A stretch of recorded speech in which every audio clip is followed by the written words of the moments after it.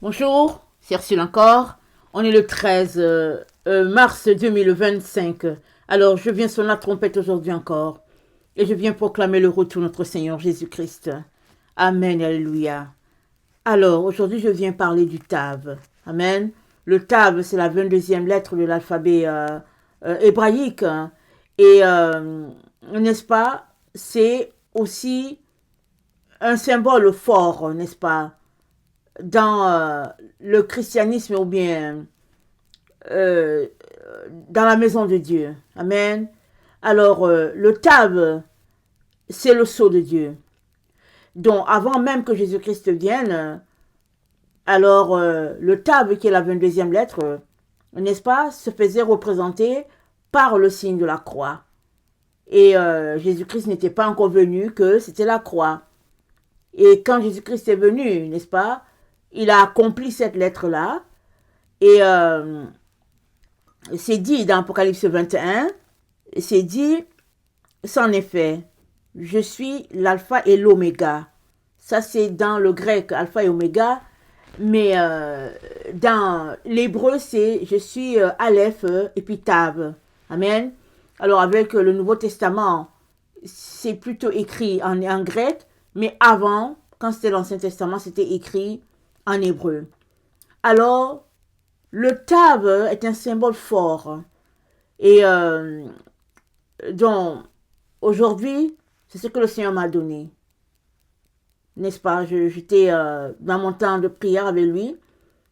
Et il m'a parlé du Tav.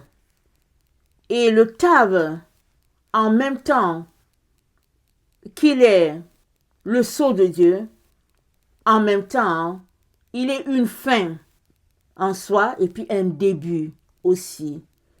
Parce que le Tav place, n'est-ce pas, une limite claire et nette entre deux mondes. C'est-à-dire, la fin d'une chose, c'est le début de l'autre. Amen.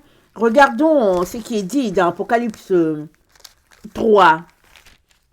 N'est-ce pas, la lettre de Jésus-Christ à l'église de Laodicée.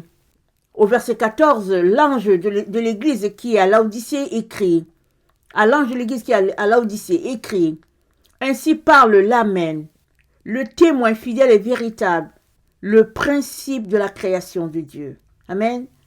Donc, c'est dit, je suis l'alpha et l'oméga, je suis Aleph Tab, je suis le commencement, la fin.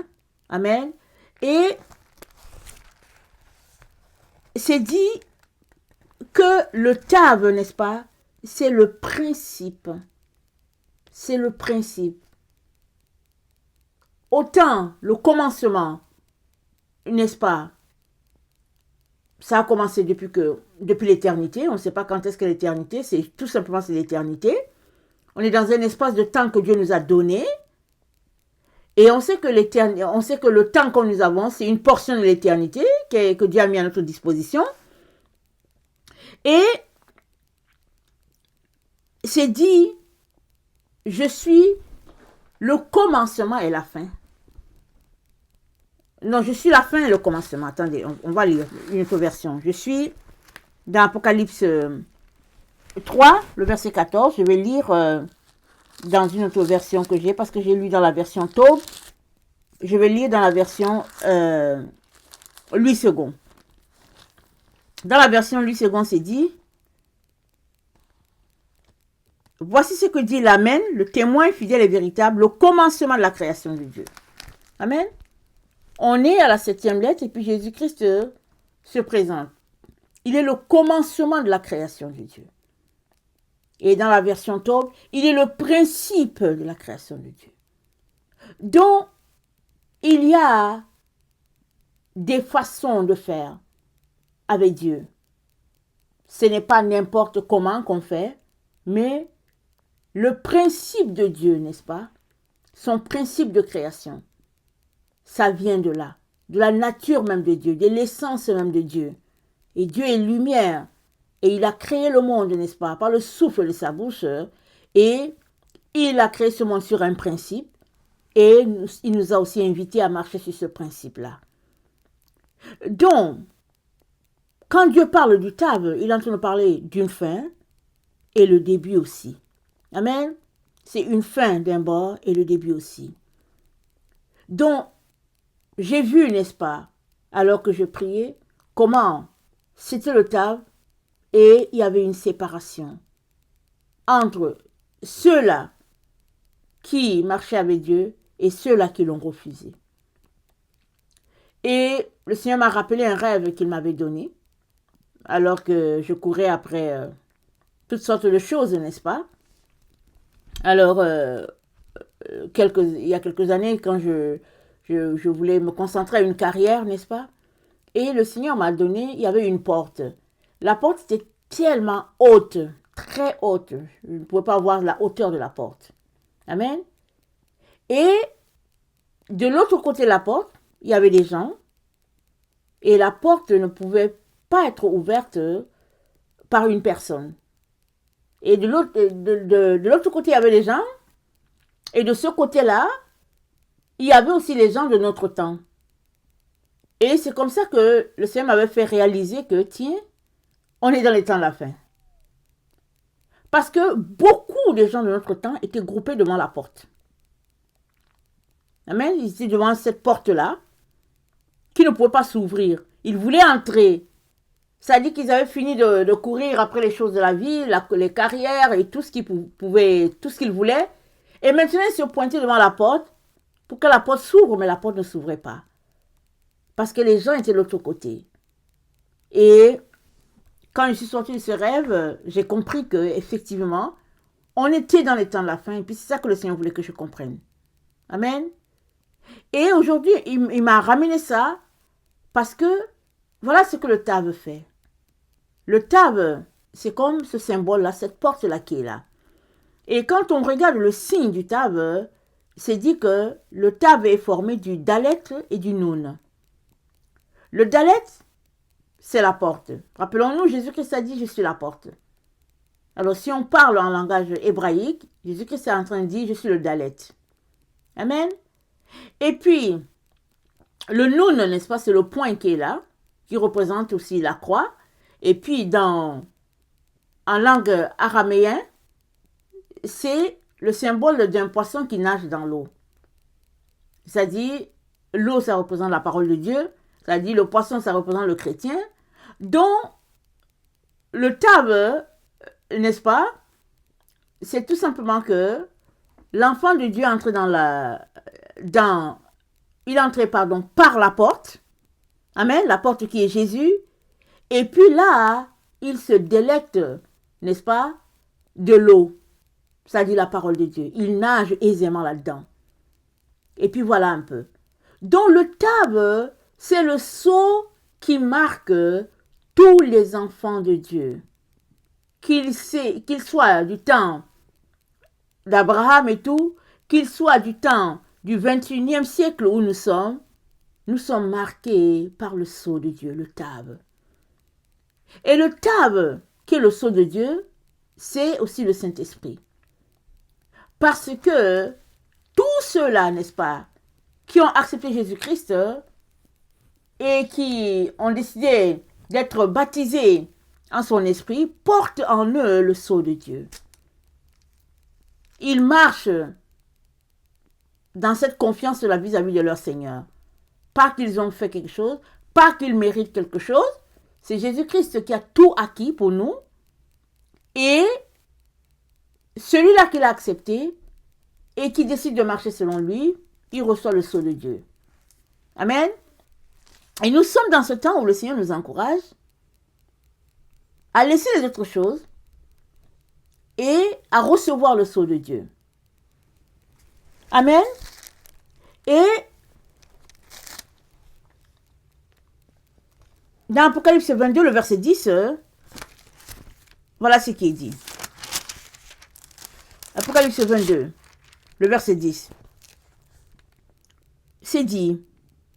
Puis il me dit, ne garde pas secrètes les paroles prophétiques de ce livre, car le temps est proche. On est dans le temps où il ne faudrait pas laisser la parole de Dieu sous la table. Il faut pas la laisser à la bibliothèque et se concentrer à autre chose. Justement, c'est pour cela que l'ennemi n'arrête pas de travailler d'arrache-pied pour éloigner les enfants de Dieu de la présence de leur Père. Il y a toutes sortes de gadgets, toutes sortes d'écrans, toutes sortes de technologies, toutes sortes de distractions. Tout est là pour nous distraire. Et Dieu dit, n'est-ce pas? Il dit, ne garde pas secrètes les paroles. Il avait parlé, c'était quand Jean était en train de recevoir la révélation. Et Dieu te dit aussi, toi, ne garde pas la parole de Dieu secrète. C'est-à-dire, ne la mets pas dans un endroit loin de toi. Il dit, c'est le temps où toute la révélation doit te parvenir et mets-y de ton temps pour découvrir tout ce que Dieu a pour toi. Amen. Et dans le verset 17, c'est dit, nous sommes dans Apocalypse 22, l'esprit et l'épouse disent viens, que celui qui entend dise viens, que celui qui a soif vienne, que celui qui le veut reçoive de l'eau de vie gratuitement. Amen. Donc Dieu te donne son eau gratuitement. Un peu comme il a dit à la femme samaritaine. Celui qui boira de l'eau que je lui donnerai, n'est-ce pas, il n'aura plus soif. Donc, le Seigneur te dit de recevoir ce qu'il a pour toi. Et ça se reçoit comment? Par la foi. Tu dis merci Seigneur pour ce que tu m'as donné. Et maintenant, tu viens t'asseoir pour que Dieu t'enseigne. Il peut te donner une parole pendant que tu es en train de prier avec lui. Il peut aussi te parler pendant que tu es en train de lire la Bible. Comme ça, c'est le Saint-Esprit qui va t'animer pour te faire comprendre ce qu'il y a dedans. Parce que si tu lis comme ça, sans que l'Esprit t'explique, tu peux lire comme un journal. Mais les choses de Dieu se comprennent par l'Esprit de Dieu. Voilà pourquoi tu as besoin du Saint-Esprit. Tu as besoin de soupirer après lui tout le temps. Tu as besoin de l'inviter chaque fois que tu veux lire ta Bible pour qu'il puisse t'expliquer les choses. Et dans Ézéchiel 9, Ézéchiel c'est dans l'Ancien Testament, c'est après le livre de Jérémie. Dans Ézéchiel 9, notre Dieu envoie l'ange pour marquer, n'est-ce pas, du sceau de Dieu, ceux-là qui soupirent après la parole et puis les autres qui refusent la parole sont rejetés. Ézéchiel 9, le verset 4, ça dit, l'Éternel lui dit, passe au milieu de la ville et au milieu de Jérusalem, et fais une marque sur le front des hommes qui soupirent, qui gémissent à cause de toutes les abominations qui s'y commettent. Et à mes oreilles, il dit aux autres, passez après lui dans la ville et frappez, que votre œil soit sans pitié, et n'ayez point de miséricorde. Tuez, détruisez les vieillards, les jeunes hommes, les vierges, les enfants, les femmes, mais n'approchez pas de quiconque aura sur lui la marque. Et commencez par mon sanctuaire, ils commencèrent par les anciens qui étaient dans la maison, il leur dit, souillez la maison, et remplissez de morts les parvis. Sortez, ils sortirent, et ils frappèrent dans la ville. Amen. Alors, il dit, n'est-ce pas, de marquer les gens du sceau de Dieu. Mais les choses se font simultanément. En même temps que les enfants de Dieu sont en train d'être marqués du sceau de Dieu, en même temps ceux-là qui rejettent Dieu sont marqués, n'est-ce pas, du sceau de l'ennemi.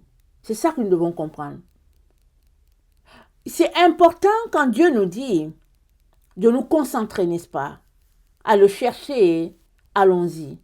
Parce qu'on ne sait jamais le temps qui est le nôtre. On ne sait jamais. Souvent, tu peux espérer que tu vas vivre 120 alors que l'ennemi a prévu autre chose sur ton chemin. Et s'il t'arrivait, n'est-ce pas, de ne pas vivre les 120 ans et de ne pas être prêt non plus, alors ta fin arrive le jour où tu meurs et immédiatement tes yeux s'ouvrent à l'autre monde parce que tu n'as pas connecté avec ton Dieu parce que tu as préféré faire autre chose au lieu d'aller à ton Dieu. Amen. Tout cela pour dire que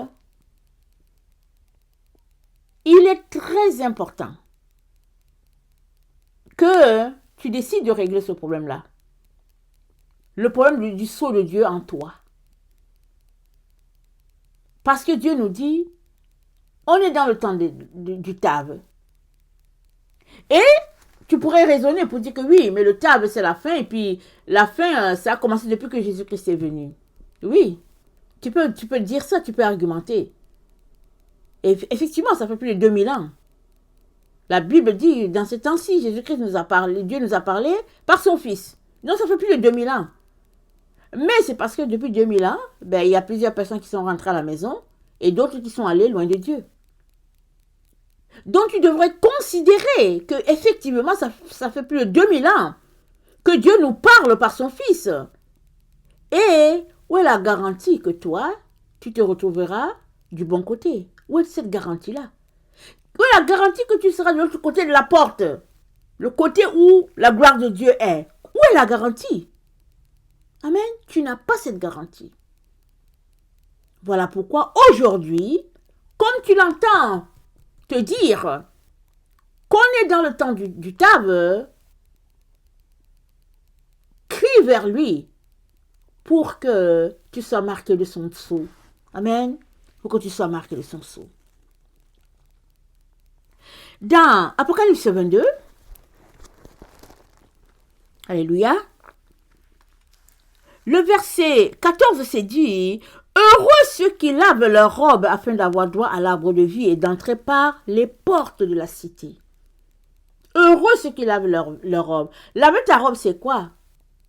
C'est venir devant Dieu aujourd'hui encore, avec tes faiblesses, avec tes fautes, avec tes péchés, pour dire, Seigneur, aide-moi. J'ai besoin de toi. Je ne peux pas m'en sortir si tu ne m'aides pas. Voici mes faiblesses. Voici mes péchés. Voici mes pensées. Voici mon cœur loin de toi. Viens à mon secours parce que je n'arrive pas à pardonner à telle personne. Je n'arrive pas à aimer tel autre. Je suis frustrée par ceci, par cela. Et puis, je suis dégoûtée. Et puis, viens devant Dieu avec tous tes problèmes, avec tes expressions, tes émotions. Viens devant Dieu. Il va t'aider à démêler tout cela. Et tu vas te retrouver à marcher selon son principe à lui. À partir de ce moment, ta perspective va changer. Pourquoi? Parce que ce monde, là où il est, là où il s'en va, il a commencé depuis longtemps. C'est depuis le temps du roi Nebuchadnezzar que Dieu lui a donné un rêve. Et Dieu lui a parlé de 4 royaumes. Le 4e royaume devrait être le royaume de la fin. Et donc, ce royaume du monde, n'est-ce pas, ne fait que, ou bien n'a fait que prendre de la valeur dans les abominations de ce monde, dans les voies de ce monde. Et, tel que Dieu l'a dit à Daniel, le 4e royaume, n'est-ce pas, quand il sera là, il y a des choses qui vont se passer, des choses terribles. Mais après cela, ce sera le règne de Dieu. Quand est-ce que ce règne de Dieu va venir? On ne sait pas. Mais on sait qu'on est dans le temps du 4e royaume. Et puis, depuis quand cela a commencé? On ne sait pas. Quand est-ce que le 4e royaume, les gens peuvent le situer, ils peuvent faire des analyses. Mais ce qui est important pour toi de savoir, c'est que tu as besoin du sceau de Dieu. Amen. Tu as besoin du sceau de Dieu parce que on est dans le temps du Tav. Amen. Dans Daniel 8, au verset 19, c'est écrit, « Puis il me dit, je vais t'apprendre ce qui arrivera au terme de la colère, car il y a un temps marqué pour la fin. » Amen. Il y a un temps marqué par Dieu pour la fin. Mais ça ne veut pas dire la fin du monde. Amen. Ça ne veut pas dire la fin du monde là où il n'y aura plus d'existence humaine. Non. Ça ne veut pas dire ça. Ça veut dire le règne de paix de Dieu va s'établir sur la terre. C'est ça que ça veut dire. Quand, comment, Dieu seul sait. Mais il te dit à toi, il y a un temps qui est marqué pour la fin. Que ce temps de la fin ne te trouve pas non préparé. Que ce temps de la fin ne te trouve pas en train de courir après les choses de la vie. De telle sorte que quand tu voudras revenir, il sera trop tard. Tu auras été emporté par le train-train de la vie. Et être emporté par le train-train de la vie, c'est le fait que ton cœur n'est pas avec Dieu, ou bien n'est pas à 100% avec Dieu, mais il est ailleurs. Dieu ne veut pas cela pour toi. Alors il te dit, il y a un temps marqué pour la fin. Amen. Et toi, n'est-ce pas, sois prêt. Comment? Mets-toi au pied de ton Dieu. Implore-le, invoque-le. Demande-lui de t'aider à te marquer de ton sceau. Et le sceau de Dieu, c'est l'Esprit de Dieu. C'est cette marche de renoncement à soi-même pour être revêtu, n'est-ce pas, de la présence de Dieu. Apocalypse 22, le verset 6.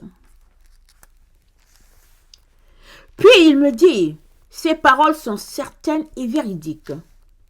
Le Seigneur, le Dieu des esprits des prophètes, a envoyé son ange pour montrer à ses serviteurs ce qui doit arriver bientôt. Voici, je viens bientôt. Ces paroles sont certaines. Ce n'est pas des paroles de mensonge, dit l'ange à Jean. C'est des paroles véridiques.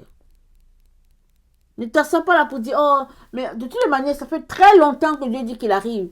Oh non, mais bon, c'est vrai que je ne marche pas vraiment à 100%, mais quand même, je pense que je suis là-dedans et tout. Non, il faut arrêter tous ces raisonnements-là. Viens devant ton Père et demande-lui du secours. Demande-lui de t'aider à enlever ton cœur et tes pensées de tout ce que tes yeux voient là. Que tu penses que c'est la vie ou bien c'est le bonheur. Parce que les choses, n'est-ce pas, de ce monde, sont les choses visibles. Mais la Bible nous dit, elles sont temporelles. Les invisibles, nous dit la parole de Dieu, sont éternelles. Et Dieu aimerait que tu te concentres sur ce qui est invisible. Ton Dieu est invisible. Mais par la foi, amen, il devient visible pour toi parce que tu viens communier avec toi. Tu viens communier avec lui. Et tu es citoyen des cieux, pas d'ici. Alors, pourquoi donnes-tu tant d'énergie aux choses qui sont ici, alors que tu es citoyen du ciel? Alors que tu as ta demeure avec Dieu? Pourquoi t'acharnes-tu, heure après heure, semaine après semaine, n'est-ce pas, à courir après les choses de ce monde, alors que tu n'as pas garanti ton ciel, ta place auprès de ton Père? Amen.